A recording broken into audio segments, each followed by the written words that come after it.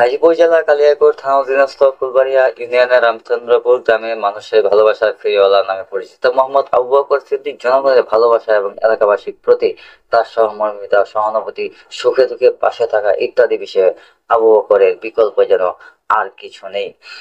দীর্ঘদিন ধরে এলাকাবাসী এবং গাজীপুরে পরিবেশ রক্ষণাবেক্ষণের দায়িত্বে বিভিন্ন কাজকর্মে তাকে স্বেচ্ছাশ্রম দিতে দেখা গেছে।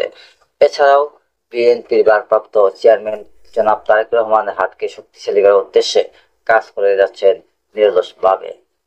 তার এই জনপ্রিয়তায় আজ যেন তার কাল হয়ে দাঁড়িয়েছে। একদল কুচক্রী মহল তার জনপ্রিয়তা নষ্ট করার উদ্দেশ্যে এবং ব্যক্তিগত লাভবান হওয়ার জন্য আবু বকরের নামে মিথ্যা, হয়রানিমূলক মামলা সহ আরো বিভিন্ন অসামাজিক কাজে তার নাম দিয়ে প্রতিপন্ন করার চেষ্টা চালাচ্ছে।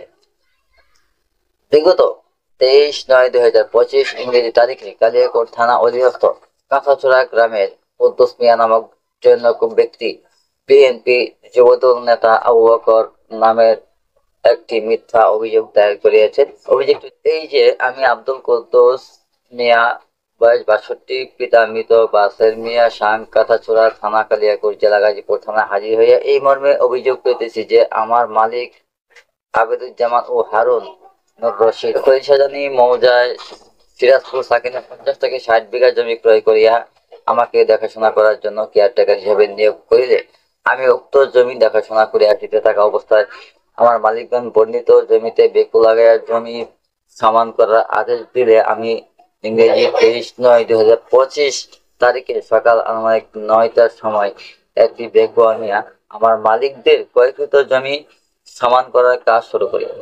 জমি সমান করার কাজ চলাকালে আনুমানিক 10:30টায় বিবাদী মুন্না মিয়া, পিতা মুজিবুর রহমান, মোহাম্মদ মুজিবুর রহমান, পিতা মৃত আব্দুল সালাম মুস্তফা, পিতা মোহাম্মদ মুজিবুর রহমান, সর্বসান রামচন্দ্রপুর, আবু বকর সিদ্দিক, পিতা মৃত সমাজউদ্দিন শাহ, কাঁচাচোরা থানা, কালিয়াকৈর জেলা, গাজীপুর সহ অজ্ঞাত আরো 7-8 জন পিস্তল, চাপাতি, রামদা, লোহার রড ইত্যাদি নিয়ে আসিয়া আমার নিকট 5 লক্ষ টাকা চাঁদা দাবি করে। আমি তাদের দিতে অস্বীকার করি।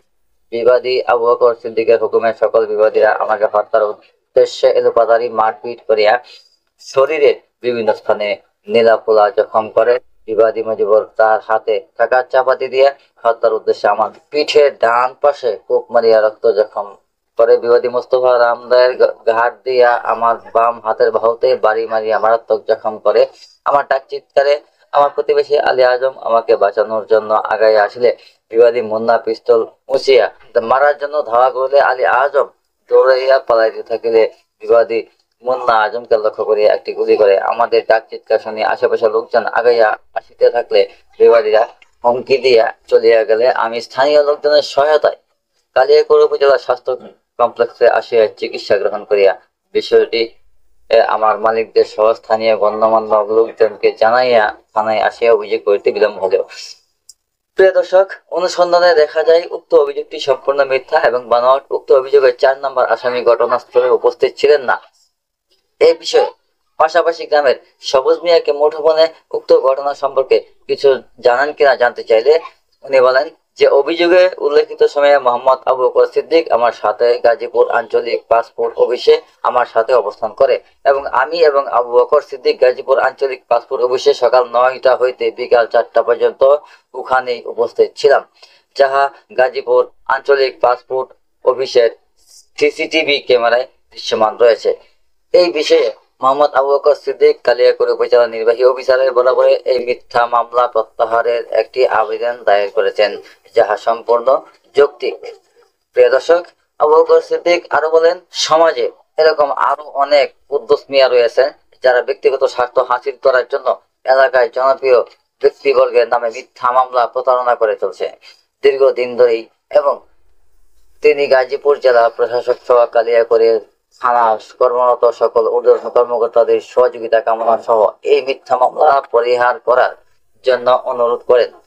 সেই সাথে এরকম যেন আর কারো সাথে না হয় সেই বিষয়ে অনুরোধ করেন। আমিও চাই প্রকৃত অপরাধীকে খুঁজে বের করে তাকে শাস্তির আওতায় আনা হোক। প্রিয় দর্শক, এই ভিডিও সম্পর্কে কোনো মতামত থাকলে কমেন্ট করুন এবং আমার চ্যানেলে যারা নতুন রয়েছেন চ্যানেলটি সাবস্ক্রাইব করেন। পাশেই থাকবেন।